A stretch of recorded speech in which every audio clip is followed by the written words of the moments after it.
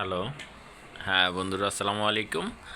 আসলে এখন বাজতেছে 10টা 9, 7ই মার্চ।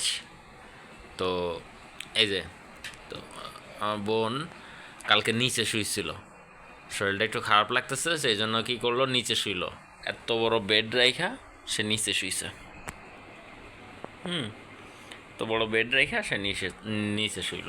এখন সকাল হলো, এই ওর পরোটা খাইতে ইচ্ছা করতেছিল। এখন মায়ের বেড থেকে ওঠার ইচ্ছা নাই, এই জন্য ছেলে কী করলো, পরোটার এগুলো সব এখানে আইনা দিয়েছে। মানে বেডের মধ্যে পরোটা বানাইয়া তারপরে ছেড়ে দিব, তারপরও সে মা বেড থেকে উঠে যাইতো না, আর ছেলেও পরোটা খাওয়া ছাড়া ছাড়বে না। এই যে দেখেন অবস্থা, এই কি পরিমাণ আলসিয়া হইলে এরকম অবস্থা হইতে পারে বাসার মধ্যে, একটু চিন্তা করেন।